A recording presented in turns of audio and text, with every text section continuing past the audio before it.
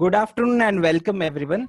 Thank you for joining us for today's webinar. My name is Dr. Amit Borse and I am a Senior Product Manager with IVA, a division of MCure Pharmaceuticals Limited, a pioneer in the field of gynecology and IVF.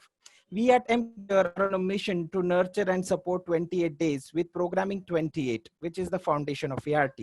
Programming 28 is a concept based on cycle programming and managing the same with different GnRH analogs, gonadotropins, and hormones as per different protocols. MCure promises to deliver all possible support in terms of therapeutic agents and academic support like this. At this time, when there is a complete lockdown due to outbreak of COVID-19, with the help of this beautiful technology, we have tried to get the doctors together and continue with academics. Programming 28 webinar series is an initiative towards this. We are fortunate enough to have with us today none other than Dr. Jatin Shah sir and Dr. Kaberi Banerjee ma'am. Dr. Jatin Shah sir will guide us on the topic ovulation stimulation in 2020, and Dr. Kaberi Banerjee ma'am will be guiding us on the topic thin endometrium. Where are we today? I feel elated to introduce you to our speakers. Dr. Jatin Shah sir, dedicated to the treatment of infertile couples and instrumental for establishing more than 15,000 successful IVF pregnancies over the past 25 years. He has helped establish the first IVF and ICSI pregnancies in UP and Kerala states. He has co-authored the textbook, Photographic Atlas of Gynecological and Obstetric Operative Techniques. In his student days, award for best paper presentation in National FRCOG Congress in 1995. He has also been awarded as Young Personality of the Year in 2003. He has pioneered the setting up of IVF centers in Cochin, Agra, Madurai, Erode, Chennai, and Pune, taking IVF technology to different parts of the country 20 years ago when IVF technology was limited to a few major metropolitan cities. More than 500 national and international presentation, guest lectures, keynote addresses, and oration. Founder member of Asia Pacific Initiatives for Reproductive Endocrinology. He has published original research papers on use of GCSF in repeated IVF failures, association of progressive elevation on day of HCG and pregnancy outcomes in IVF, preterm birth among pregnancies conceived by ART in Mumbai. Thank you, sir, for joining us for today's webinar. We also have with us Dr. Kaberi Banerjee, ma'am. She is an MD in Obs and Gynae from FRCOG, London. And she is a medical director of Advanced Fertility and Gynaecology Center, New Delhi. She is the chairperson of Delhi State Chapter, ISAR. She is also Commonwealth Fellow in Reproductive Medicine from London. More than 8,000 IVF, ICSI, donor and surrogacy cases. Ma'am, we are fortunate enough to have you with us. Thank you, ma'am. Thank you, sir. May I now hand over session to Dr. Jatin Shah, sir, for taking up this forward. Thank you, Amardeep. Thank you, Amit. Thank you, Rajiv. Distinguished co-speaker, Dr. Kaberi, ladies and gentlemen from all across India and friends. It's indeed a pleasure to be given this opportunity, and I'd like to thank ISAR and especially the Delhi chapter of ISAR for inviting me today to talk to you on this very important topic of ovarian stimulation. I'll divide the lecture in two halves. First half will be ovarian stimulation for IUI, just to give you an update on that. And the second half will deal with the more complicated IVF. And this will of course be followed by a more complicated topic, the thin endometrium, by my distinguished co-speaker, Dr. Kaberi Banerjee. So let us begin with ovarian stimulation for IUI. I'm sure most of you are practicing IUI at your clinics. You need to remember, of course, that the two main indications for which we do IUI is unexplained infertility is one, and ovulatory factor, and of course PCOS and anovulatory infertility patients are the second big group. Of course, there are a lot of other indications which you are very familiar with, like donor sperm and so on. But the main chunk, I'm sure all of you will agree, is either PCOS, who has failed to conceive with just timed intercourse and OI, and unexplained infertility, where all the tests show normal results, but the patient just doesn't conceive. Is IUI with ovarian stimulation effective in patients of unexplained infertility? Yes, it is. We have enough papers, enough publications, and the recent ASRM guidelines which clearly say that ovarian stimulation combined with IUI works much, much better than just expectant management for say about 6 months. And why is this so? We know that ovarian stimulation, when you do ovarian stimulation, you probably correct a lot of subtle anovulatory, ovulatory defects, a lot of defects in the luteal phase, and maybe the timing of the insemination with giving HCG and doing a proper semen wash. So most of these factors, somewhere or the other, would correct maybe the problem which was there in the couple of unexplained infertility, and therefore you end up getting a much higher pregnancy rate. So there's no doubt now that when you do IUI for unexplained infertility, you must use some form of ovarian stimulation. So of course, for the elderly women, women with diminished ovarian reserve, don't waste too much time with IUIs. We know that these patients definitely do much better with IVF. So you must be very wary, especially of diminished ovarian reserve. We are seeing more and more, in fact, almost in these times of the pandemic, we also have an epidemic of poor responders. Almost 30 to 40% of patients in any IVF clinic today have low AMH, they have decreased antral follicle counts, they are above the age of 35, they have a history of a previous poor ovarian response. So it's becoming more and more common, and this category needs aggressive ART treatment. Remember that in IUI, you don't want too many follicles. Your aim is to get 2 or 3 good follicles only. You don't want more than that, because you don't want triplets or higher order multiple pregnancies. For that matter, you don't even want twins. Like one of the papers we published a couple of years ago clearly showed that with the twin pregnancy, the chance of a preterm delivery at our center in those 200 consecutive twin pregnancy patients was as high as 64%. So it's really a lot of maternal and perinatal morbidity, and we must try to limit our multiple pregnancies. So you want just 2 to 3 good quality oocytes. You want a good endometrium. You don't want hyperstimulation, and you want it to be cost effective in the Indian perspective. When it comes to estimating ovarian reserve, all of us are familiar with FSH, AFC, and AMH, but we know very, very clearly now that AMH and AFC are the best predictors of ovarian response. They're extremely reliable, and they have a very high accuracy in predicting both the poor responders as well as the high responders. But remember, there are some scenarios in which AMH levels might be suppressed. For example, when a patient is on prolonged OC pills or the agonist protocol. In patients of PCOS, you may have elevated AMH, which we know. Pregnancy, history of ovarian surgery, endometriosis, chemotherapy, and so on, all are associated with reduced AMH levels. Of course, our favorite molecule, of course, clomiphene citrate, 50 to 100 milligrams a day from day 2, 3, or 4 of the cycle, monitoring with ultrasound, HCG at 17 or 18 millimeters in mean diameter, and IUI at 36 to 40 hours. How many cycles? Very important here. If you look at this huge paper, which is so old, which is about 12 years ago, and still we go on doing 6 cycles and 12 cycles of clomiphene and letrozole with IUI, you can clearly see here that 46% of pregnancies which are to occur will occur in the first cycle, another 15-16% in the second cycle, and very low pregnancy rates after the third cycle of clomiphene. So 3 should be your maximum attempts of clomiphene with IUI. Should you cancel for thin endometrium? Because we know about the antioestrogenic effects. You can see this paper here that of course pregnancy rates are the highest when you have a good endometrium of 10 mm. But if you see here, it's not 0 at less than 7 mm. So we have now clear evidence that there is no indication to cancel a cycle if you see a thin endometrium. So even if the endometrium is 6.5, 7, 7.5, the pregnancy rate may come down to say 8 to 10%, but it is not 0%. So you can go ahead with your cycle and not do a panic cancellation. Specifically for PCOS, and these are all now PCOS protocols, we are not yet talking about unexplained infertility patients. Letrozole, obviously we know that it's considered as first line treatment now for anovulatory infertility and is superior to clomiphene citrate. A lot of papers showing the same facts that clomiphene, letrozole with HMG, for example, does better in terms of clinical pregnancy rates as compared to CC-HMG.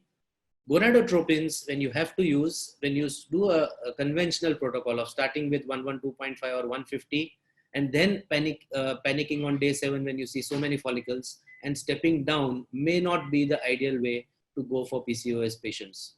What works much better is the chronic low dose step up protocol. So you start with say 50 or 75 IU per day, based on the BMI and the age and the severity of the PCOS. Give the same dose for 14 days, then scan the patient. If she has a good dominant follicle, continue the same dose. If she doesn't have a response, increase it by 37.5 or 50 IU, and then again assess her every week.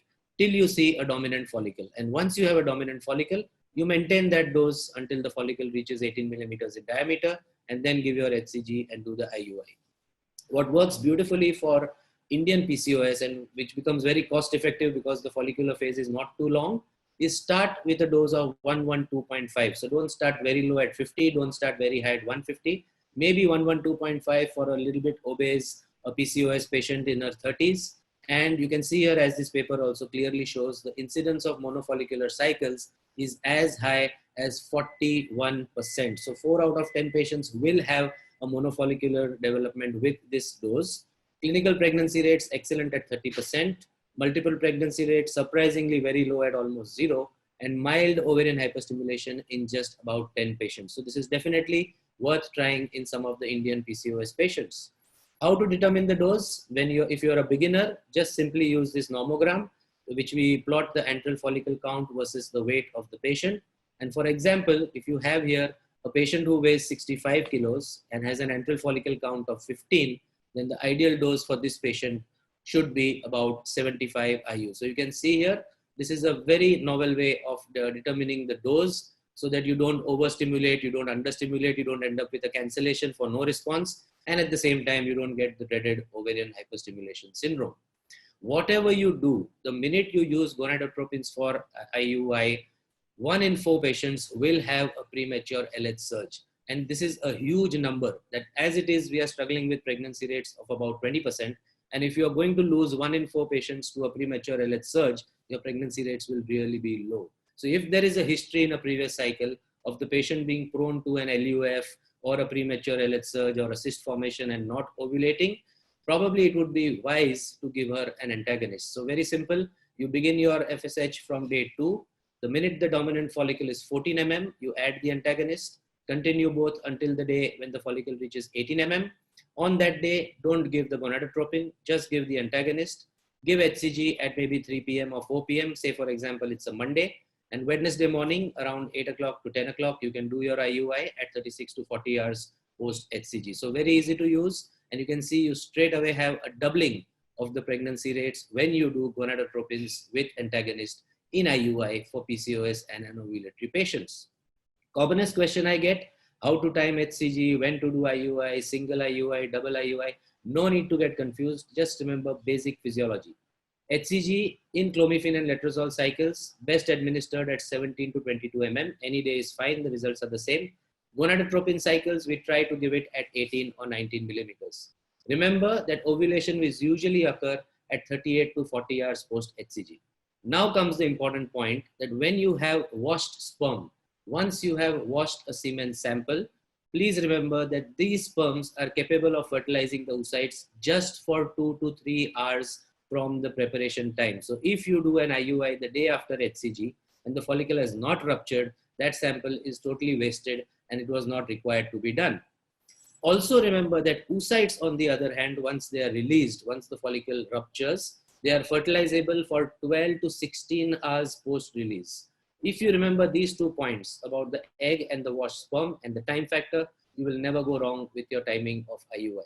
So the best time for insemination usually appears to be around 42 to 44 hours post HCG. So you can see here in clomiphene cycles, whether you give it at 18, 20 or 22, your pregnancy rates are the same. And again, you can see, as this study showed, that at 42 hours, you get the highest clinical pregnancy rate at 38% as compared to any other timing for doing the IUI procedure. Luteal phase, we know that women receiving clomiphene citrate protocols don't need luteal phase support. For all other patients, whenever you use gonadotropins, you have to support the luteal phase with one way or the other, with a gel or a sustained release capsules or just dihydrogesterone or whatever is your preferred molecule of choice. You can see here, when you, in gonadotropin cycles, when you use progesterone for luteal phase support, you have a much higher pregnancy rate than if you don't use luteal phase support. All the preparations, of course, have similar pregnancy rates. And recently, the Lotus trial showed that in all cycles where you have a functioning corpus luteum, by that we mean it's either a fresh embryo transfer in an IVF cycle or in an IUI cycle where you have a functioning corpus luteum, dihydrogesterone 10 milligrams TID is sufficient, and you don't need to give any form of micronized vaginal progesterone. Of course, we are also used to MVP for more than 20 years, and we still feel that maybe it is good enough for a lot of these gonadotropin cycles. Success rate is, of course, very important to counsel the patient at the very beginning of treatment so that they don't raise their expectations too much.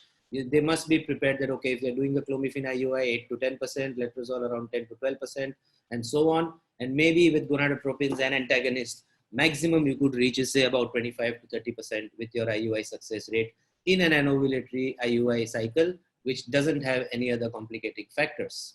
Of course, we don't want ovarian hyperstimulation, which is why you have to be very wary that you do not have more than 2 or 3 follicles. You should be ready to convert it to an IVF cycle if unexpectedly she comes up with 10, 15 follicles, or you should be ready and she should be pre-counseled that the cycle will be cancelled to avoid this risk. Multiple pregnancies, again, I am stressing, we have this perception in our mind that all twins and triplets come from IVF clinics. Yes, maybe proportionately more because IVF is more successful. Success rates are around 50% as compared to 20% with IUI. But if you look at this huge data from the US, 22% of all twins, 40% of all triplets, and 70% of quadruplets or higher order multiple pregnancies in that year were from non-IVF ovulation induction and IUI cycles. So please remember that even as gynecologists doing simple IUI, you have a huge responsibility to prevent this problem. Maybe the future would be with natural cycle IUIs where you just monitor the natural follicle. The reason we gave up natural cycle IUI was we couldn't control rupture. But now with the advent of the antagonist, maybe you could just give an antagonist when the follicle reaches 14 or 15 mm in mean diameter. Use HCG then to time your IUI so that you don't have to come in the middle of the night and do an IUI in a natural cycle. And maybe this would be the future for ovarian stimulation. Of course, not applicable in anovulatory and PCOS patients, but for all other categories of infertility. That brings us to these most recent guidelines, February 2020, for unexplained infertility. And you can really see here that yes, clomiphene with IUI is the way to go. It is strongly recommended because the evidence is very strong that clomiphene with IUI works beautifully in unexplained infertility compared to just timed intercourse or just clomiphene citrate alone. Letrozole, again, pregnancy rates are as good as clomiphene with IUI in unexplained infertility. Now the dramatic part that gonadotropins may not be the right way to go in unexplained infertility. So unexplained infertility, 3 cycles of clomiphene or letrozole with IUI, followed up straight with IVF. Now we know that 10 years ago, 15 years ago, IVF pregnancy rates were not too good, which is why they said, okay, follow it up with gonadotropins, IUI, and so on. But now all the evidence is in favor of not using gonadotropins because just for the plain simple reason that you don't want higher multiple pregnancy rates. And that is the biggest problem the minute you add gonadotropins. So even IUI with conventional gonadotropins, more than 150 IU per day may not be the right way in unexplained infertility, again for the high multiple pregnancy rate. When is it time for IVF? So we know now that because IVF success rates are excellent nowadays, there is no point doing more than 3 clomiphene or letrozole IUI cycles for these patients. IVF results in a much shorter time to pregnancy. And of course, even if you actually calculate cumulative costs and the trouble to the patient of the number of visits and follicular scans and so on, IVF is far superior to doing more than 3 cycles of clomiphene or letrozole and IUI. So ovarian stimulation, when we talk of IVF, now that was the IUI part. In IVF, on the other hand, what is the good ovarian stimulation cycle and what is your aim? Do you just want one euploid embryo? Do you just want one live birth? Or do you just want one stimulation cycle and you want to be done? By done, what do we mean? That we get so many eggs and so many top quality embryos that not only does she have her first pregnancy, but after a couple of years, she also can have a second pregnancy or a third pregnancy from the same original frozen embryos. So we need ovarian stimulation in IVF to be designed from that angle. And now this is very important because the whole focus now changes not from just doing an agonist or an antagonist or a REC FSH or an HMG, but selecting your starting dose so well that you get the perfect number of oocytes to give you the right number of top quality embryos. So of course you want safety, you don't want it to be too expensive, you want patients to accept the number of injections, you don't want ovarian hyperstimulation, but you just want to do one ovarian stimulation and you want 70% of your patients to be done with one ovarian stimulation. So what are the aims in IVF? Now, until the days when we were just doing fresh embryo transfers, it was said that 5 to 15 good quality oocytes are enough in an IVF cycle, because at that time we were doing just fresh transfers. We didn't want hyperstimulation. You also want to prevent the premature LH surge, so it's mandatory to use an agonist or an antagonist. We want adequate embryos for vitrification so that you have a good cumulative live birth rate. You want minimal injections, you want a good endometrium, and you want it to be cost effective and safe. A lot of you will be wondering why, because this is the most important point. In fact, everything I'm going to stress on from now on is for you to understand that the most important part of good ovarian stimulation is to get a uniform cohort. I'm sure most of you will agree that in short antagonist protocols, when you start on day 2 or day 3 without any pre-treatment, very often one follicle becomes dominant, the other follicles lag behind. So on day 7, you see one of 16 mm or 15 mm, the others are all 12 to 13 mm. This is not good. And this is why you will end up with a very irregular cohort, a mixed bag of good and bad eggs, and not enough top quality embryos for a good pregnancy rate. So this was Sankara's original study, which showed that, okay, the best number of oocytes for a good pregnancy rate was around 15, which was true for fresh embryo transfer cycles. But now we know that that's not enough. So we know that for fresh live births, after 15, if you get more oocytes, the pregnancy rates drop, because you have premature elevation of progesterone, you have very high levels of estradiol, the endometrium is totally out of sync, and you don't have a good pregnancy despite a good triple line endometrium and despite good quality embryos. So we know now that what is more important is the cumulative live birth rate, that is counting fresh plus frozen transfer cycles. And you can see here that for the best cumulative live birth rate, the ideal number of oocytes you should be targeting is around 27. Of course, I don't know how they reach the figure of 27, but anything more than 27 again is futile, because what will you do with so many top quality embryos? So the best thing is to try and get around 20 to 25 oocytes in the first cycle so that you are done for that patient with ovarian stimulation. So of course, the long protocol, all of you are familiar, and since we have just about 30 to 40 minutes, I don't want to go too much into details here, but you need to know that very important that you assess down regulation properly. So when she comes in on day 3 or 4 of the cycle, once you have put her on an agonist, you need to make sure the endometrium is shed off. Endometrium is less than 5 millimeters. There are no cysts or follicles more than 5 millimeters in either ovary. FSH and LH are both less than 5 MIU per ml. Estradiol is less than 50. Progesterone is less than 0.5. So that's the rule of 5.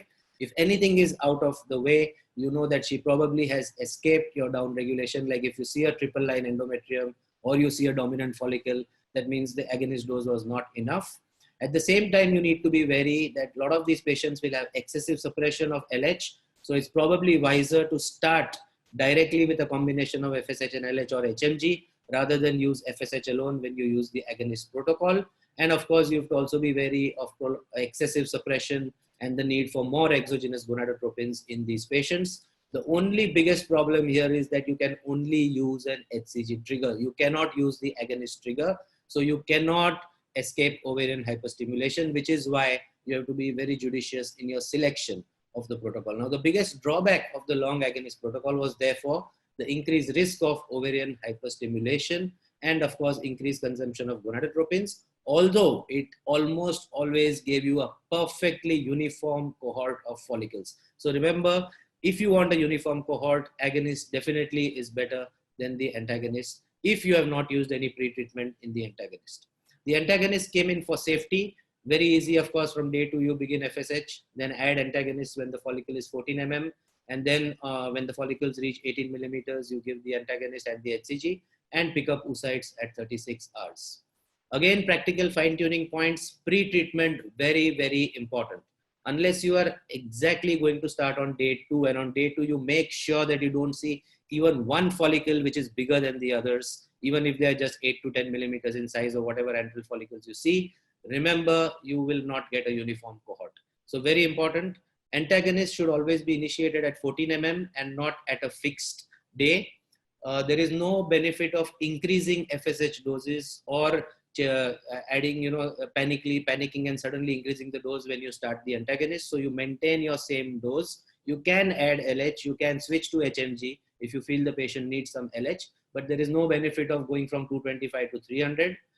The time interval between two antagonists should not exceed 30 hours. And of course, you cannot coast. So if you don't have a 365-day working clinic and you want to avoid a weekend, you can't really easily do that with the antagonist cycle. Although some papers said that, okay, 1 more day, 2 more days, but you inevitably end up with a poor quality embryos if you do any of those juggleries with antagonist cycle. So in antagonist cycle, you have to go by the criteria for giving HCG and doing the egg retrieval. The biggest advantage, of course, is that the antagonist cycle came as a huge boon for high responders. So any patient AMH more than 2.83, PCOS, thin, lean, you expected hyper responder, 20, 30 antral follicle count, you know you cannot use the agonist protocol. You have to use the antagonist, because you will have to give her the agonist trigger so that you don't get hyperstimulation, and you can do a freeze all and transfer in a subsequent cycle. So this is now, in short, how to use the antagonist and the agonist. What dose to give a normal responder? You can see clearly here, if you compare all the studies for number of oocytes retrieved, clearly 200 gives higher number of oocytes than 100. Significantly higher again in these studies with 225 versus 150. So 100 is not ideal, 150 is not ideal. I see many a times a dose of 150 being used for normal responders. It's a normal under 35, endocrinologically normal, normal AMH, no PCOS, no endometriosis. 150 is given and you don't get more than 10 or 12 oocytes. So remember, the best dose for normal responders is around 225.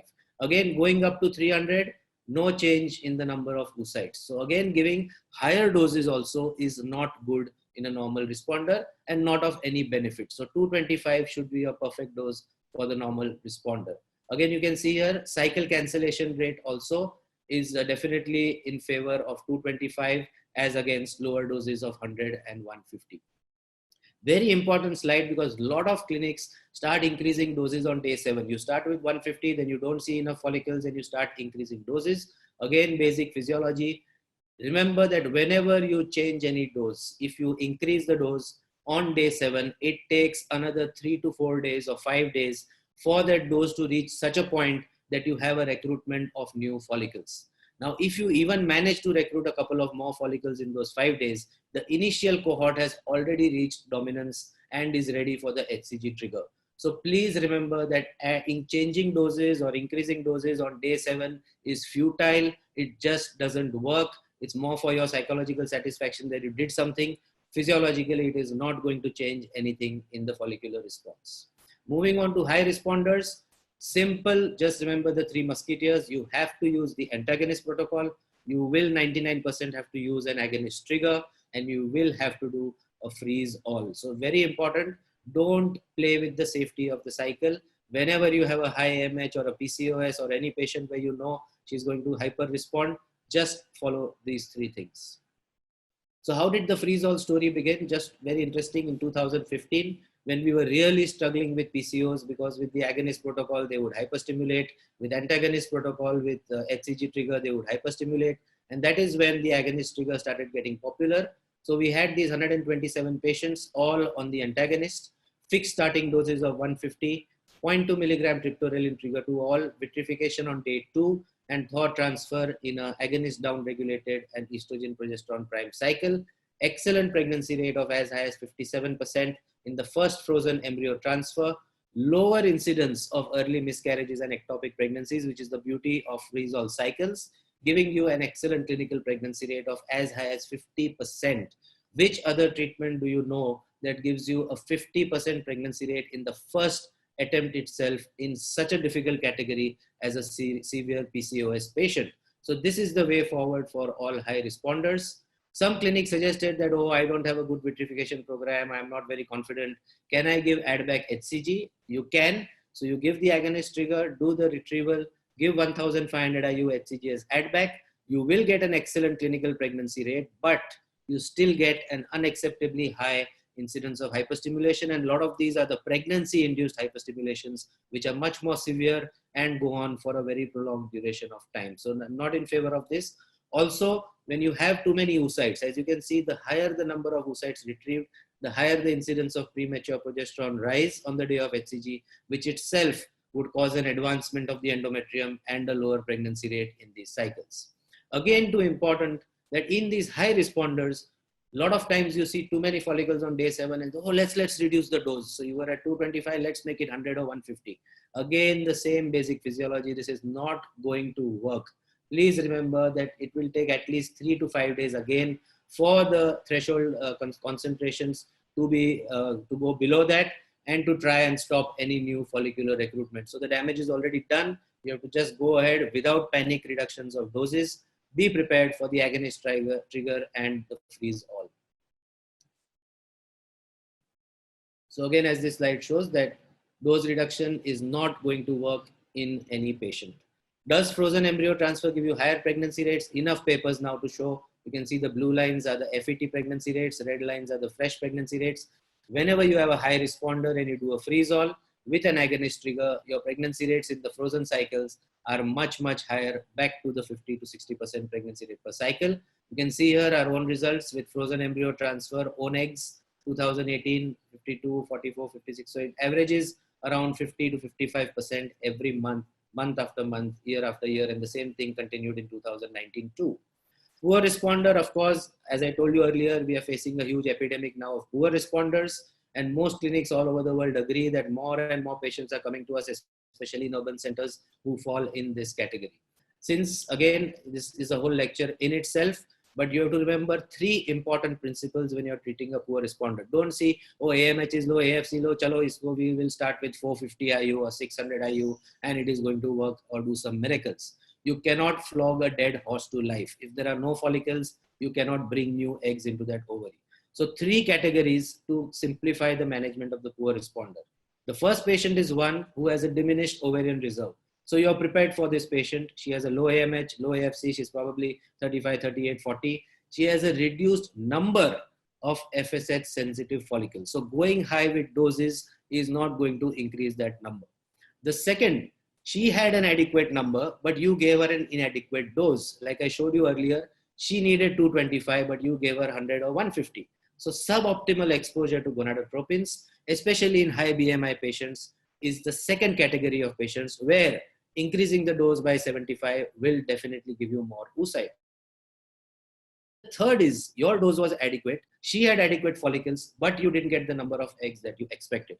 This is because these are those patients, 15 to 20% patients, which we now categorize as hyporesponders who have polymorphisms of FSH and LH receptors. So despite your best efforts and best doses, they do not give you the response. The follicular phase just goes on. The follicles are stagnant at 14 mm, 15 mm for 4 days, 5 days, 7 days. You have a 20-day follicular phase of stimulation. So this is the category, which is why probably now that we have facilities and the tests are not too expensive, probably you could incorporate routine testing for FSH and LH receptor polymorphisms for all your IVF patients. So that brings us to the Poseidon grouping. That is very simple to remember. You don't have to get complicated with this slide. You have groups 1 and 2. These are young and old patients with a normal ovarian reserve. So you expected them to do well, but they gave you just less than 4 eggs, which puts them in group 1A, or they gave you 4 to 9 eggs, which puts them in group 1B. And you have group 3 and 4, which are again young and old patients, but they have a low AMH and a low AFC to start with. So they are the expected poor responders for you. And today, at least in a clinic like mine, 50% of patients fall in one of these 4 categories of unexpected or expected poor response. Now, managements of group 1 and 2, which is the more difficult one because it was unexpected. Here, again, I stress the number one reason for a problem is asynchrony. And that is why the most important treatment part here is your pre-treatment. So there are 3 or 4 ways of pre-treating. First is very simple, estradiol valerate 2 milligrams BID from day 25 to prevent a follicle from becoming dominant. And then you begin stimulation on any day from day 1 to 9 as per your convenience and the lab's convenience. You stop estradiol 1 day before you begin FSH or HMG. Very easy to do. Here we can see clearly there's a new paper that you don't even need to stop the estradiol. And in fact, if you go on giving estradiol till the day of HCG, this one paper showed a higher pregnancy rate of 27% versus 20% if you stop the day before FSH. Second easy way of pre-treatment is the use of norethistérone. You give it BID from day 20 of her cycle if she has a 28-day cycle. Minimum 7 days, maximum 14 to 20 days. Stop on a Sunday, that's usually what we do so that she bleeds on the Thursday. and you begin stimulation from Friday. So you get your programming, you get your scheduling, and you get your uniform cohort. A very novel way, because in clinics like us, I just need to manipulate by 2-3 days. So why should I give norethistérone, estradiol, and all this for so many days? A very simple way of doing things now is, if I want to just postpone, say, 3 days to tide over a weekend, because I want to go and attend a conference, which I don't know now when I will in the future, or is it just going to be webinars for all of us? But very easily you can see here, you just give the antagonist on day 2, 3, and 4. So the patient comes to you in her menstruation on a Monday. You don't want to start stimulation because her egg retrieval will be on the next Sunday. You give her antagonist on day 2, 3, 4, and then Friday, which is day 5, you begin stimulation. The beauty of this is, again, you push the cycle just by 3 days. Patient didn't have to take too many pills, and you ensure that one follicle did not become dominant, and you got a synchronous uniform cohort. I keep saying this again and again so that it all gets ingrained in your mind, that the most important part of stimulation is a uniform cohort, and the initial dose of ovarian stimulation, you have to get it perfect so that you get your 20 to 25 oocytes for a perfect freezing and cumulative live birth rates. All of you will wonder, when there are simple OCPs available, why is he talking norethistérone and estradiol and antagonists for programming? We have a lot of studies which clearly show that prolonged OC pill use, especially in India, a lot of you do batch work, so you give OC pills to all your patients before you start the agonist or antagonist protocol. But please look at this meta-analysis here. Reduced ongoing pregnancy rates, very prolonged duration of stimulation, very high gonadotropin consumption, lower number of oocytes when you give OC pill pre-treatment. So please remember, OC pill is probably not the right way to go when you have such easier methods for scheduling which don't over suppress the axis and don't affect your subsequent stimulation. A lot of you also call me saying that in your donor program, you just don't get enough oocytes. That you had 20, 30 follicles, you got only 5 M2s, 10 M2s. Please remember, almost every donor in India, every agency has been using oral contraceptive pills for the donors so that they can just stop them at any time and start the stimulation as per the requirement of the IVF clinic.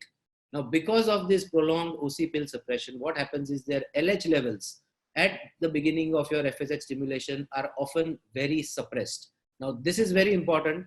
These patients already have a suppressed LH, endogenous LH level. Most of these are high responders. So donors will give you 20, 30 follicles. At no cost do you want hyperstimulation. So you will give an agonist trigger. Now, agonist trigger requires a good storage of endogenous LH to mimic the LH surge.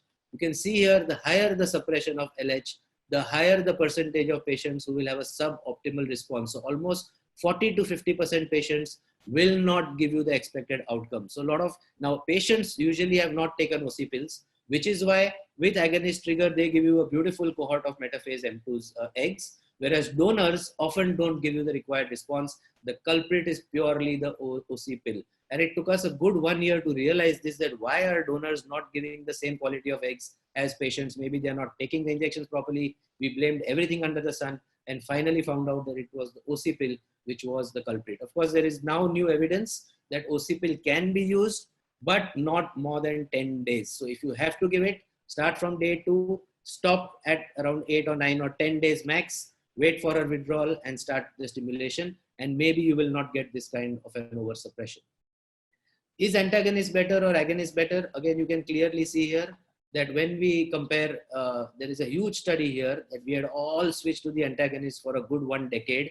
And now there is a lot of evidence that agonist is probably better, not only for poor responders. And this is a huge thing, because for poor responders, we thought agonist cannot be given because she is already suppressed. She already doesn't have enough oocytes.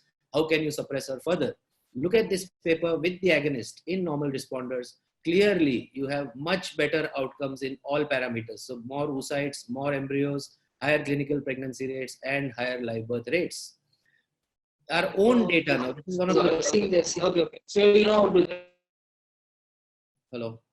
So this is one of the study which we did at our own clinic to compare the agonist and the antagonist, especially in poor responders. And just look at this antagonist cycle done with 450 IU of REC FSH HPHMG combination. Agonist cycle done with HPHMG 300 IU. You can clearly see what is most important. The number of top quality embryos is more than double with the agonist protocol as compared to the antagonist protocol in these poor responders with low AMH levels. Also, the number of poor quality embryos at 65% with antagonists as against 38% with the agonist. So we need to rethink this, that the agonist protocol may be better. And why is it better? Because it gives you a more uniform cohort, because as it is, you are struggling with 4 or 5 oocytes in these patients. If you are getting an asynchronous cohort, you have lost those 2-3 eggs. If you get a synchronous cohort, you get more eggs, and maybe you get better quality and more proportion of top quality embryos with that. Again, increasing the doses. Don't just double the doses. If you see 225 has not worked in the last cycle, let's give her 450 in the next cycle. You just need to increase by 50 to 75 IU. And you can see when you increase by 75, you have a significant increase in the number of oocytes with just this small increase in the dose in the next cycle. So for Poseidon group 1 and 2, just increase the dose by 75 in the subsequent cycle. A lot of you might wonder, okay, what difference does 1 or 2 eggs make? Look at this study. With every extra egg that you get, you have a much higher chance of a pregnancy. So if you have 1 egg, 4%, 2 eggs, 9%, 3 eggs, 12%, and so on. So it is very important that every extra metaphase 2 oocyte that you get, you have a much better chance of a pregnancy. Now let's move on to groups 3 and 4. And this is of course the difficult category, but the expected category. And again, to repeat that in these women, higher doses of FSH and HMG cannot compensate for the absence of follicles. So you cannot get eggs if they don't have them. So what are the treatment strategies here? Again, I feel agonist works better than the antagonist in a lot of these patients. LH from the beginning works better. Maybe oocyte embryo accumulation, PGT, of course, these are areas which all of you are aware. But what is very promising now is the dual stimulation protocol. And you can see here, Poseidon group 3, a study from 2018, again, agonist giving you much better live birth rates in this difficult category as compared to the antagonist. Maximum ovarian doses, you can see here 300 versus 450 versus 600, same live birth rates. So please don't step up doses in Poseidon's 3 and 4. They just don't have follicles. Increasing doses is not going to work. So very clearly you can see here 150 seems to be the best dose for this category. So Poseidon 3 and 4, just 150 is usually enough.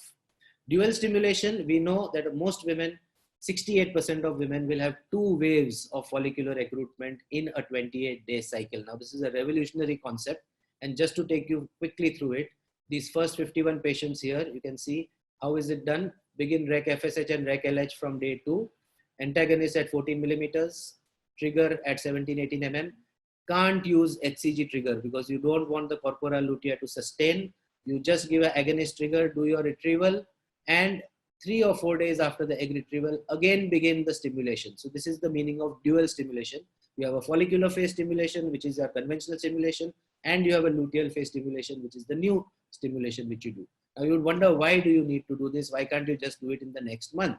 You can see here, somehow something in the endocrine milieu is better in the luteal phase, and you can see here, rate of patients obtaining at least 1 euploid blastocyst increases from 42 to 66% with the contribution of luteal phase stimulation. We have already done about 25 patients at our own clinic, and almost in 90% of them, the second half gives you a dramatically better response in terms of number of oocytes and embryos. Unfortunately, because of this pandemic, we still haven't managed to transfer these embryos back to the patients. But I'm sure since the proportion of top quality embryos is better, I think the clinical pregnancy rate too will be much better. LH supplementation, of course, we know here elderly women from day 1, hypo responders from day 6 or day 7, and so on. And HCG driven LH activity may be better than conventional LH. So now we have, of course, HP HMG, which at least is my personal favorite. And that is because you can see here, when you give LH, there is no accumulation of LH because of the short half-life, and the pregnancy rates remain dismally low. But when you give HCG driven LH activity, it tends to accumulate. So the higher the HCG levels on day 6 of cycle, the higher is your pregnancy rate, as you can see here, and it goes up to almost 40%. So that is why this is sometimes preferred. What about adjuncts? Of course, DHEA, we all know there is no evidence as of now that it really helps. We have 3 large RCTs. What seems to be promising may be transdermal testosterone. Again, most of the initial studies just gave it for 2 to 3 weeks. But if you look at basic physiology, maybe the right way to is about give 60 days pre-stimulation if you really want it to work. We are all awaiting the results of the T transport trial, that is 60 days of testosterone followed by long agonist downregulation protocol and HPHMG 300 IU per day. So that's exactly what we follow right now for poor responders.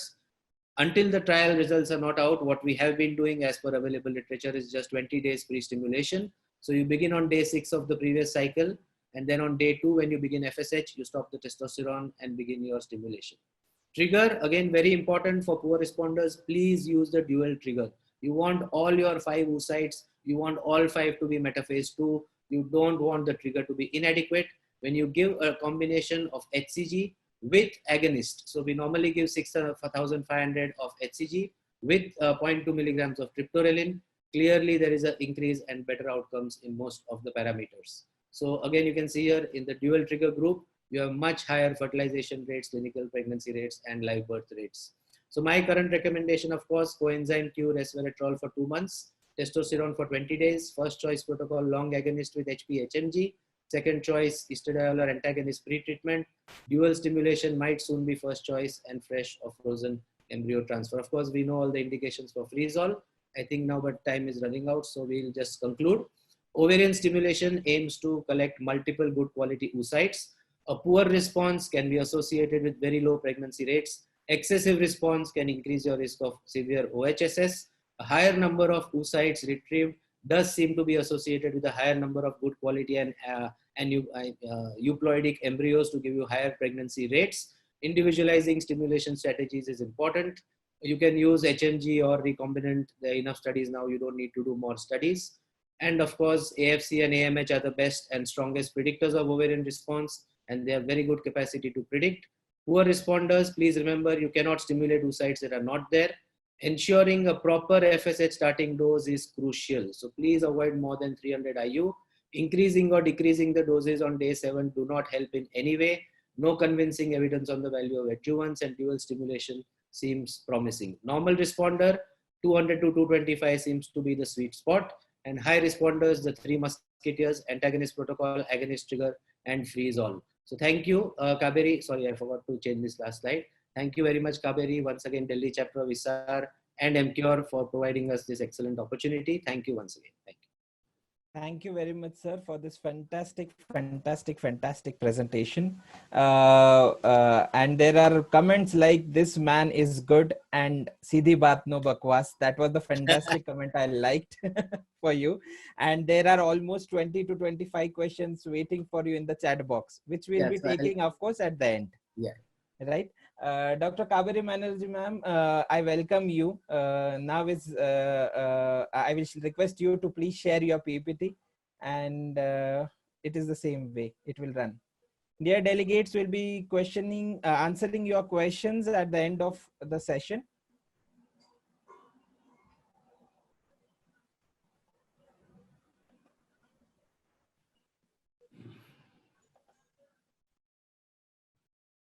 Thank you, Dr. Jatin, for that wonderful lecture. It's cleared, I'm sure, many of the doubts that people have in their day-to-day practices, and also learned many new tips of ovarian stimulation.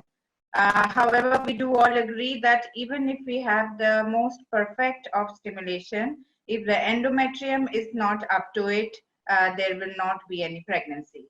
So the second half of today's symposium is on thin endometrium and where are we today. So we will just go through the definition, prevalence, assessment, cause, and treatment. Now, it is very important that we all understand that the measurement of the endometrial thickness is from the outer layer or to the outer layer and not including the myometrium interface, which is roughly about 1 centimeter from the top, and it needs to be done transvaginally on an empty bladder. And this is so important. It sounds very simple, but if we are not measuring the endometrium in the same plane every time, we'll get different endometrium at different points in the cycle, and our treatment, our judgment may differ on flawed measurement of endometrium. And so that is a very important point to make. Now, what is poor endometrium? An endometrial thickness that can't reach the threshold for embryo implantation. Now, many people have said it's less than 6, less than 7, less than 8, and Dr. Jatin himself has said that in IUI, even if it is a less endometrium, we should not worry and sometimes go ahead with pregnancy. It's definitely not zero pregnancy rate. So there have been lots of studies, in fact, 40,000 embryo transfers, where they have said that for fresh cycles, less than 8 mm may be considered poor endometrium, and for frozen cycles, less than 7 mm. That's a huge number of cycles for us to be aware that about a 7.5 mm in FET is not something to be very much worried about, and we will get a reasonable pregnancy rate even on that. And it is important to remember that out of 1,200 embryo transfers in that 40,000 group, there was about 15 to 20% pregnancy rate where the endometrium was between 5 to 6 mm. So we are coming to a point where, yes, it is important to measure the endometrial thickness, but it is also important to know how much thin is thin and where we need to draw the line of stopping our IUIs or ovulation induction or embryo transfers. Not only that, it is also important to know that most endometrial thickness measurements and studies are on the day of HCG. And there may be, we have seen that on the day of HCG, when we have planned the IUI or the pickup, the endometrium is fantastic. But again, when we are seeing the patient on the day of endometrial transfer, we are like, oh, it wasn't so like this when we did HCG. Of course, it wouldn't be. The progesterone would have its effect. And usually progesterone would lead to a slight thickening of the endometrium. But in some, we do see endometrial compaction. And this was a study that said that when the endometrial compaction is less than 20%, so your pregnancy rates half. So it is also important to know that up to the same endometrial thickness or a slightly higher thickness is fine. But when your endometrial compaction on day of embryo transfer is more than 20% of what it was on the day of HCG, then you need to counsel your patient that maybe we will need to freeze these embryos and transfer again, or at least let them know about the prognosis. Now, what is the prevalence of poor endometrium? Ovarian stimulation cycles is quite high, between 38 to 40%, but the literature says that in IVF cycles, it is less than 10%. Now, this incidence and prevalence is a little flawed because all of these studies are till when you are doing your transfer. So there have been many cycles that have been stopped or who have not gone to embryo transfer because they were thin endometrium, and that was not included in most of these studies. So if we really want to give a good percentage of poor endometrial thickness, I think it would be as high as 28 to 30%, depending on where you are practicing. Of course, ultrasound is the best modality to see the endometrial thickness, and we've already discussed what is the most important point to check the endometrium.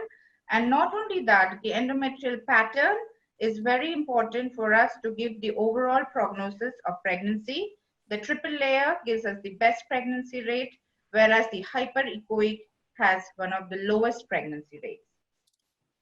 Now, volume and Doppler are again another two parameters that are correlated with pregnancy outcome, and it has been seen that the volume does correlate, but not in large studies. So both volume and Doppler, there is a controversy whether it actually correlates with pregnancy outcome. Large studies have not corroborated with it. Now let's come to the causes. The causes could be inflammatory, where you have acute or chronic infection. It could be iatrogenic because of vigorous curettage, aggressive myomectomy, radiotherapy, prolonged clomiphene citrate, prolonged oral contraceptive pill. So we've already heard in our previous lecture as to how long oral contraceptive pill can lead to poor oocyte retrieval rates. And not only that, prolonged oral contraceptive pill has also been associated with less endometrial thickness in subsequent cycles. So we need to take a few questions when these patients come to us with poor endometrium. Congenital Mullerian anomalies and POF. Now, When there is an arcuate uterus, you would see that the endometrial thickness is not, up to the mark in certain strata of the endometrium. Also in septate uterus, of course, we need to go ahead and remove the septum, but the side in which you have the septum has poor endometrial thickness, and therefore implantation in such Mullerian anomalies is less. POF with their small atretic uterus also lead to less endometrial thickness, and we need to give them continuous estrogens for a few cycles for it to develop to the right endometrium. Now, last but not the least is idiopathic, where thin endometrium is not secondary to a disease process, and the prognosis of this is one of the highest. So whenever there is a patient with thin endometrium, we first need to question, why is the patient having a thin endometrium? Is it because the patient was on CC? Is it because the patient has had endometritis? Or is it because the patient is suffering from POF and has not taken adequate number of cycles of estradiol? Or is there no reason that we are able to figure out why this patient has thin endometrium? And this very interesting study has kind of given us a little hope that in such a group of patients where it is idiopathic thin endometrium, the pregnancy rates are not really so much dependent on endometrial thickness and is much more dependent on the endometrium pattern.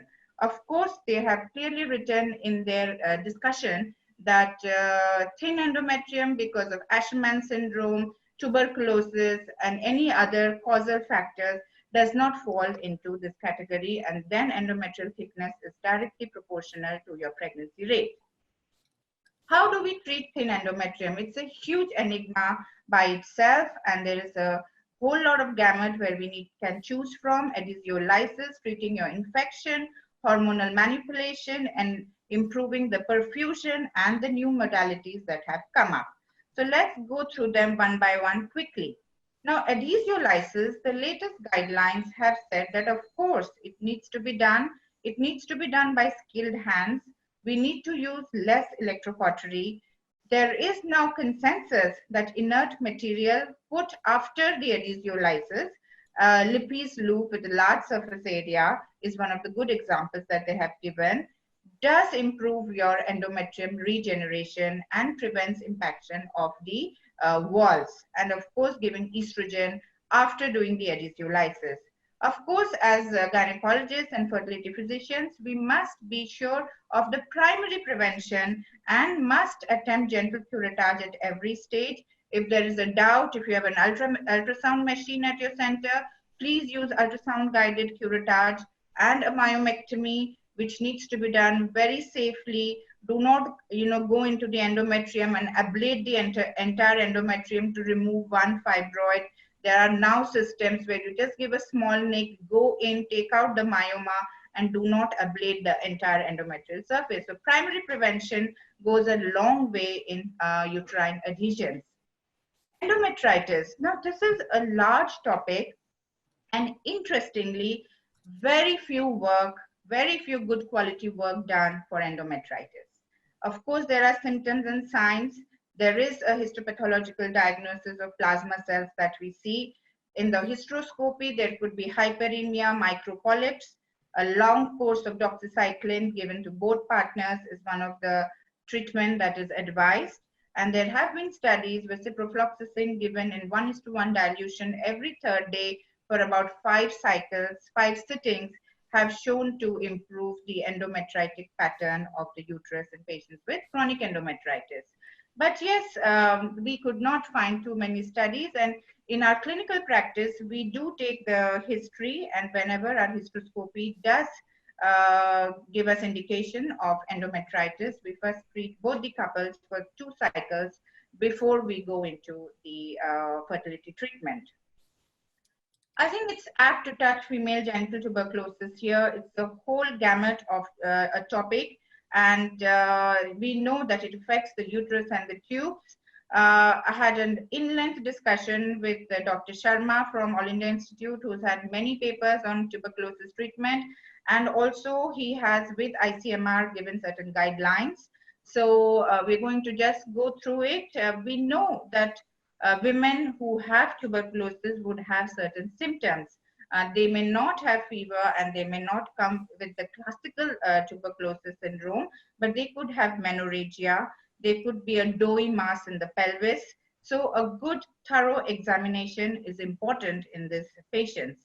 Not only this, the investigations where you see certain non-confirmatory values of ESR, chest X-ray, MON2, but more important are the PCR and gene expert and AFP culture.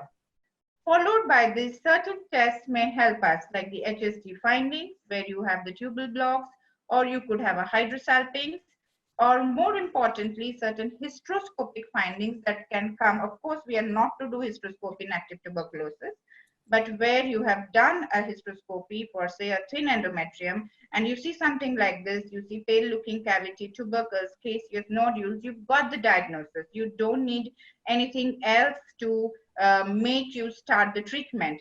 And similarly, you could see certain findings on laparoscopy, like miliary tubercles, like hydrosalpinx, pyosalpinx. So these are clear-cut evidence that there is some disease going on. And there has been what we call the composite reference standard. So this is the CRS treatment for any extrapulmonary tuberculosis. This is the national guidelines. And in this, any one of the 4 findings. So either it could be AFP positive, or we could see a histopathology granule, a gene expert, which is a cartridge-based nucleic acid amplification test, or a laparoscopy and hysteroscopic definitive finding. So any one of these 4 can make you start antitubercular treatment. Or what about the favorite PCR?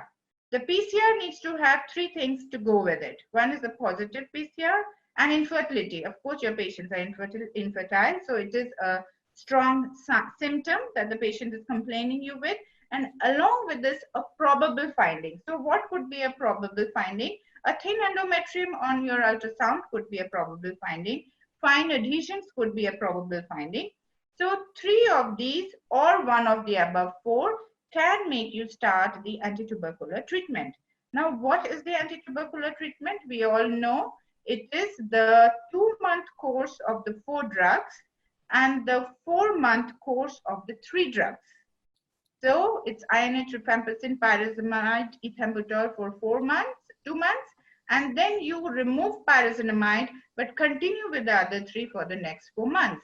Of course, if they are not responding, or your tuberculosis expert has detected a multi-drug resistance, then there is another group of drugs which is beyond the gamut of a gynecologist treatment. So suffices for us that there are the first-line treatments for 60 days, followed by the other 3 drugs for 120 days. Now, very, very important that all these patients follow up at the DOTS follow-up center, or you need to log on to the Ministry of Health and Family Welfare website and ensure that you have mentioned that you are starting your patient on antitubercular drug. So you just can't prescribe antitubercular drug without the government knowing, because there's a strong follow-up from the WHO and the government to eradicate tuberculosis in the country, and they need strict follow-up in this. Now, what about hormonal manipulation? Estrogen, we are bombarded with different types of estrogen. They are oral, vaginal, transdermal, and even the oral estrogens are of various types. It could be the conjugated, the valerate, the hemihydrate. So what about the vaginal and the transdermal? And sometimes in the hemihydrate form, the first pass effect is bypassed of the liver. High local concentrations are better. No study has equivocally proven that one is better than the other, and therefore there's no consensus as to which estrogen is best. Now, the gels that have come up, they do maintain the stable serum estradiol level. There is reduced risk of venous thromboembolism. However, they are, in our country, they are still more expensive than the oral ones, and the oral ones may just suffice. Personally, for me, estradiol valerate is the drug of choice when I start the treatment. You have hemihydrate and valerate. Hemihydrate does have less load on the liver, but we need more studies to prove that one is better than the other. Now, what is the dose and duration of estrogen and the protocols of estrogen that we give to thicken this layer of thin endometrium. The dose, we start 2 milligram thrice a day, and it can go, we go up to 12 milligram maximum dose. And the duration, we usually go up to 2 to 3 weeks, but literature has said that you can go even up to 5 weeks. So, but you have to be careful that your endometrial thickness is maintained, and in transdermal, only one actuation is used. Now, what about HCG? HCG also has a paracrine effect on the endometrium. So, as was mentioned in the previous lecture, that HCG may act to improve your egg quality and better number of oocytes. HCG has also been shown to improve the endometrium, and it has a local paracrine effect. In some studies, it has been given from the 8th day of the cycle, 150 units daily, until the endometrium has become 7 millimeters, and it has resulted in better endometrial thickness and better clinical outcome. Now, how do you give 150 HCG? There are expensive forms of HCG that come in low dose, but you can make it in your own center. You can do a 5,000 unit HCG with 5 ml water, and then on the insulin syringe, you can measure it, and you can go to about 15 units on the insulin syringe, and that would be 150 IU. But you need to have a 1:1 dilution of the HCG that you get in the market. And you can put it in the fridge, and you need to change the needles. Now, GnRH analog is another support that interestingly can work to improve the endometrial thickness. It's usually given on the day of HCG, and then on the day of embryo transfer, and 3 days later. It significantly improves endometrial thickness and pregnancy rates, but more studies are yet to come. So these were directly acting on your endometrium to improve its thickness. Now, how about improving the perfusion? Perfusion, our favorite low-dose aspirin, has undergone a lot of studies to kind of many long-term studies saying that it does not benefit. However, the 2 studies that I have chosen is the 1997, in which the endometrial thickness did not improve, but the implantation rate did. And in another one, again, higher pregnancy rate. Aspirin has undergone a lot of scrutiny, and currently the recommendation is that perhaps it does not improve endometrial thickness, but no comment has been made on it being able to improve implantation or pregnancy rate. Now, vitamin E and pentoxifylline are drugs that are no longer being used routinely, but suffices here to say that both are vasodilators, and both act in have been used widely in women who have received radiotherapy and the uterus go atresia.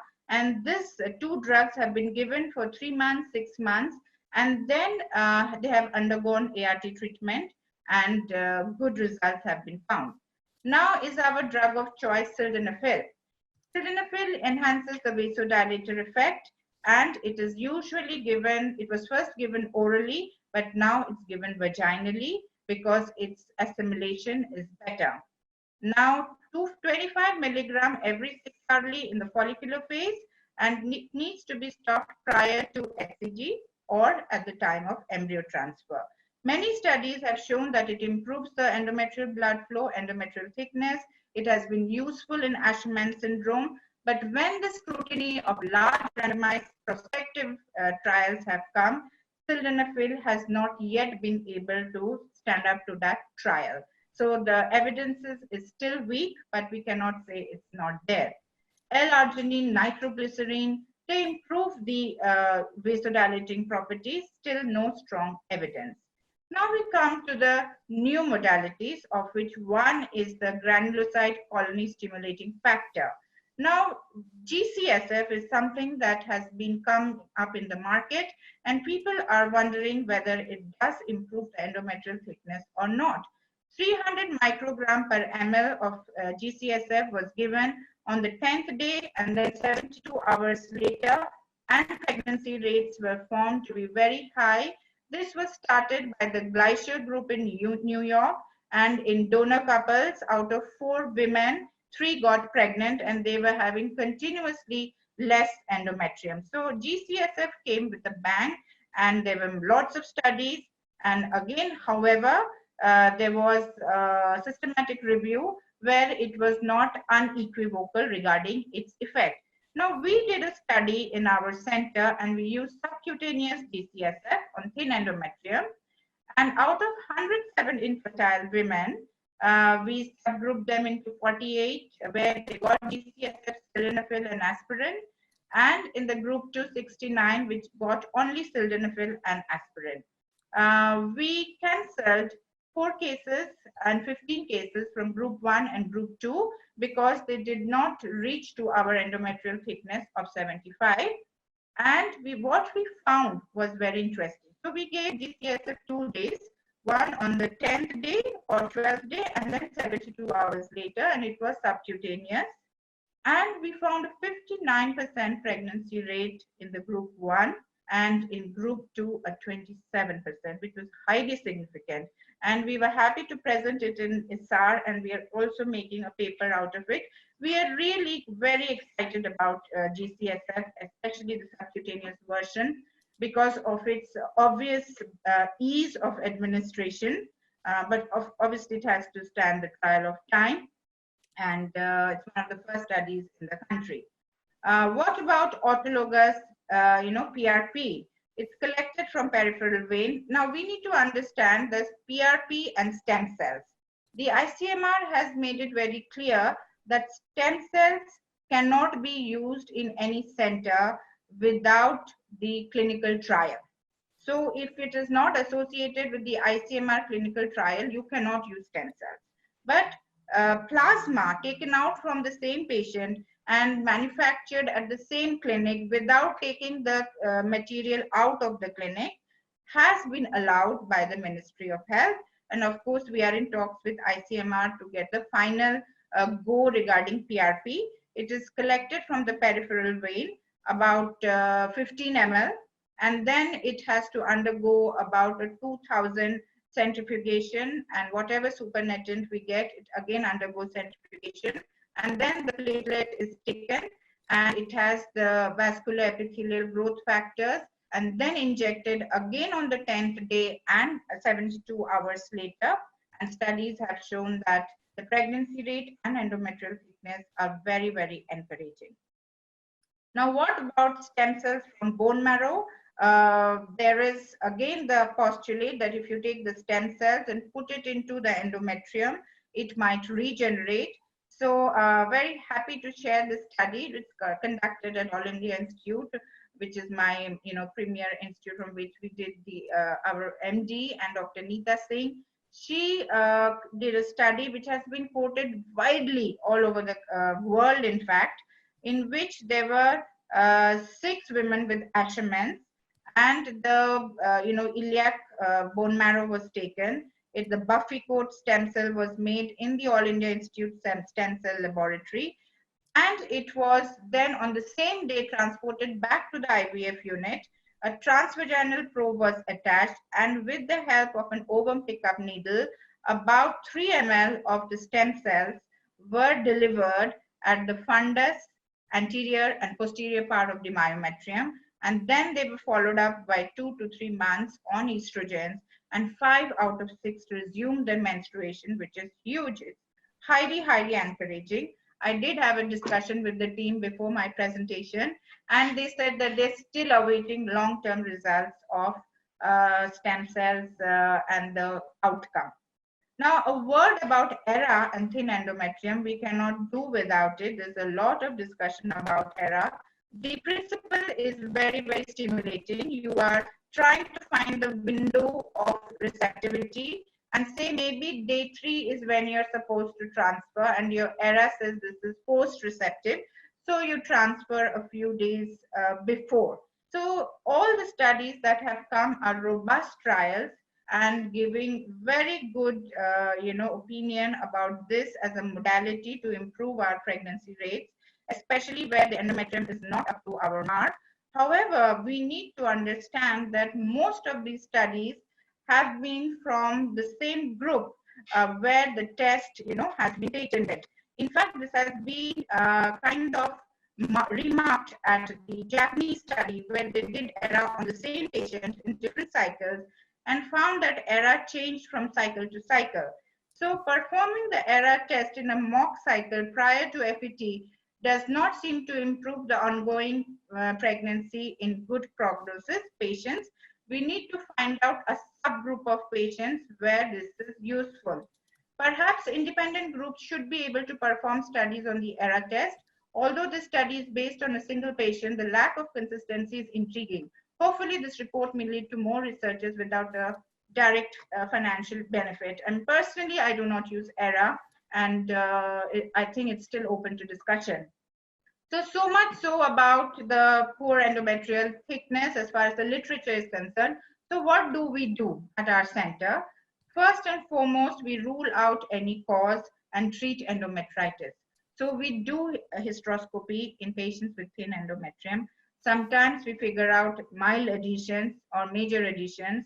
And very, very important, we have to monitor them in a non-medicated cycle. Say if they have come to us with clomiphene or letrozole or previous oral contraceptive pill, and you're monitoring them with the next cycle, it will be a thin endometrium. So 1 or 2 cycles of no medications, and then you monitor them. And sometimes you'll see that, well, it was not thin endometrium at all. You know, the body just needed to be off those medications. So that is an important point. And then you need to build the endometrium, plain estradiol valerate, maximum 12 milligrams, up to 3 weeks. We can change the preparation. We have seen that for some estradiol valerate works, for some hemihydrate, for some even the gel. So if the oral did not work, you go with the gel. And one protocol, say suppose you have clomiphene citrate, letrozole is good. It does build up the endometrium where in CC it may be thin. Low dose HMG can also be added. But for adenomyosis and endometriosis, we need downreg, and in them after downregulation and giving estradiol, we get a better endometrial thickness. So in these 2 cases, definitely downregulation helps us. So for FET, you could have a natural cycle, you could have a hormone replacement cycle, you could have a stimulated cycle, and we usually go for downregulated cycle in patients with adenomyosis and endometriosis for FETs. But for others, we go for day 1, day 2 start of estrogen. But of course, there's a rider to it. It has to be as early as possible. You need to do a scan. You need to rule out that there is any, a follicle. And if the cycle is not downregulated, then we must not start the HRT preparation in that cycle. We use sildenafil, GCSF, and aspirin to build up the endometrium. And lately, we have started using GnRH, low-dose HCG, and PRP in some of our patients, though we do not have large studies to share our experience. Ensure downregulation. So if you are starting plain estrogen, you have to do a transvaginal scan to ensure that the endometrium is thin and there are no follicles on the adnexa. And if there is a follicle, you have to measure the E2 level and be sure that it's a non-functioning follicle before you start estrogen.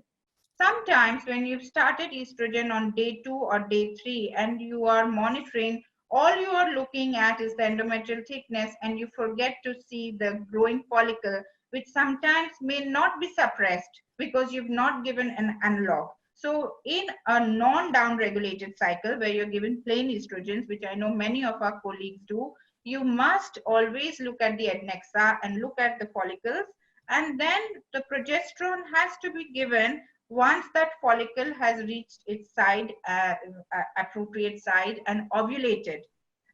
So that is key. So if there's a follicle which is about 16 mm and your endometrium has reached the right size and you've started progesterone, you will not get a pregnancy in that cycle because it has not been a properly hormonally prepared cycle. Then we do not do any transfer if there is spotting or fluid in the endometrium. It's straight away cancellation. We have tried in the beginning, we've tried to give, ETXT, etc. Patient is under pressure. No, doctor, we have to leave the city. Please do our transfer. We've got very poor results. Even if there is a spotting, even if the endometrium is looking fine, we just cancel that cycle. We'll go to the next one. Of course, the rider is we must have good embryos. The transfer technique has to be good. If the endometrium is persistently thin, please do not try more than 2 to 3 attempts. And we need to know when to stop treatment and suggest adoption or surrogacy. So there would be some specific questions which we can take at the Q&A session. And I'd like to conclude this by saying that a lot of literature on thin endometrium has come up, especially this last study in 2019, where it dogmatically says that thin endometrium is commonly encountered. There is insufficient evidence for use of any adjuvants. Now, if we look into this study in detail, one is clearly that most of all the studies is not reflective of our population. There is no mention of endometritis. The aspirin study, which has been clearly, discarded, where the Wittgenstein study had shown an increase in implantation rate, and in this study it was mentioned that there is no difference in pregnancy rate. So that's clearly wrong. Limited studies of other medications, this gross generalization. There is no study of Doppler and endometrial volume. And again, no RCTs does not mean no benefit. So I'm not trying to say that this is not a good study. What I'm trying to say is that we should not take every study just at its face value and go into the depth of that study and see how is it relevant to our practice and our population. So I'd like to conclude by saying that thin endometrium is a strong marker of poor endometrial receptivity, but not always. We must firstly rule out the treatable causes. A stepwise approach of estrogens, low-dose aspirin, sildenafil, and GCSF must be used. We must change protocol from letrozole to low-dose HMG to transdermal estrogen if one does not work. And explore vitamin E, pentoxifylline, HCG as other options. And stem cell should be done only in a clinical trial setting. And definitely we must know where to draw the line. And lastly, since all of us are here, we know we have different problems. Endometrium is a big problem in our setting. We have a huge database and we urgently need good quality studies of our own. Thank you very much. Thank you very much, ma'am, for this fantastic session. And there are a lot of applause for you and sir coming on the chat box. And there are 20 plus questions which has come for you as well. And sir has already answered all of them. Yeah, I think 30, 40 I have answered already. Yes. So may I first put one question to Dr. Kaberi Banerjee, ma'am. Most of the doctors are asking how to prepare PRP and pre-RP preparation techniques. Okay, so PRP is usually you take about 15 ml blood and then initially you centrifuge it at 2000 RPM for 15 minutes and then you take the supernatant and again centrifuge it for 3000 RPM for 10 minutes and then the droplet that is there you allow a little bit of plasma to remain. And about 0.5 ml, you introduce it in the same day into the endometrium. Okay. Thank you. Thank you, ma'am. This question was by Dr. Renu Chug and Dr. Aishwarya Nupur. So I hope you got the answer. Ma'am, Dr. Aishwarya Nupur is again asking a question. Ma'am, please tell the regimen of GCSF that you use. So as I've mentioned, we are preferring the subcutaneous GCSF. One, because it is easier to give. And secondly, we have seen better results. And thirdly, we feel that in a stimulated cycle, on a prepared cycle, the less interruptions we do into the endometrium, the better it is. So we give the first subcutaneous injection on 10th day and then 72 hours later. Okay, thank you, ma'am. Sir, one initial question for you, which was at the very initial phase. Yeah. Is functioning corpus luteum required for dufastone to act? Can't it be used in FET cycles for endo preparation? Kindly explain mechanism. I answered that already. Basically now Okay. the Lotus trial only considered patients with a functioning corpus luteum. So they have established beyond doubt that 30 milligrams of dydrogesterone is enough for luteal phase support in any patient with a functioning corpus luteum. I didn't say that it is not good for FET cycles, but in FET recipients, egg donation, embryo donation, wherever we have suppressed ovulation and there is no functioning corpus luteum, we still don't know the exact dose. So the dose finding study is going on. And the next phase of Lotus trial is considering that whether 40 milligram instead of 30 milligram is enough for patients without a functioning corpus luteum. But until those study results are out, I cannot comment on what would be the right dose. But we are presuming that maybe a small dose of MVP with maybe 30-40 of dydrogesterone might be ideal for recipients, but it's too premature and we don't know the way ahead. So let's wait for the trial results. Thank you, sir. Sir, one more question, a recent question for you. Sir, can we do fresh transfer if we use estradiol pre-treatment till day of HCG? Yeah, I answered that also. Yes, you can, as long as your number of eggs is less than 15. Now they say the sweet number is 13. So above 13, frozen embryo transfer gives you a higher pregnancy rate. So if your number of eggs retrieved is less than 13, and if your serum progesterone on the day of HCG is more than 0.5 and less than 1.5, and there is no other indication for freezing, such as endometriosis or anything else, or a thin endometrium where you need to work on the lining and so on, then you can do a fresh embryo transfer. So criteria are very clear. I quickly went through one slide on indications for freeze-all. So I don't know if they got a picture of it. Then if any of those criteria are not being met, then they can go ahead and do a fresh transfer, not a problem. Great. Thank you, sir. Ma'am, a very specific question for you. How do you treat thin endometrium due to clomiphene citrate? Ma'am, you have to unmute.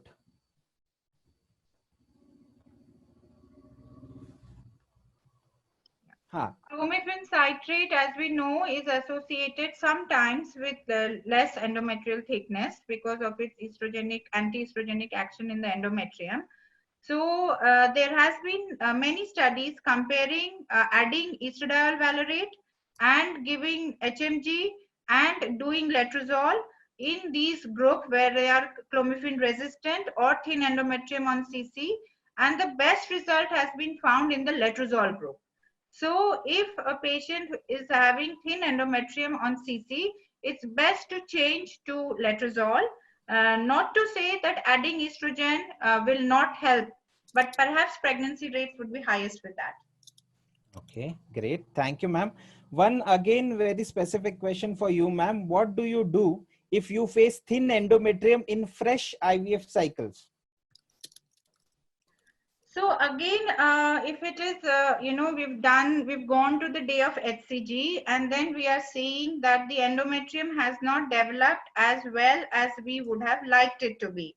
So there are certain parameters where we need to consider. We need to see age of the lady. We need to see how are the embryos.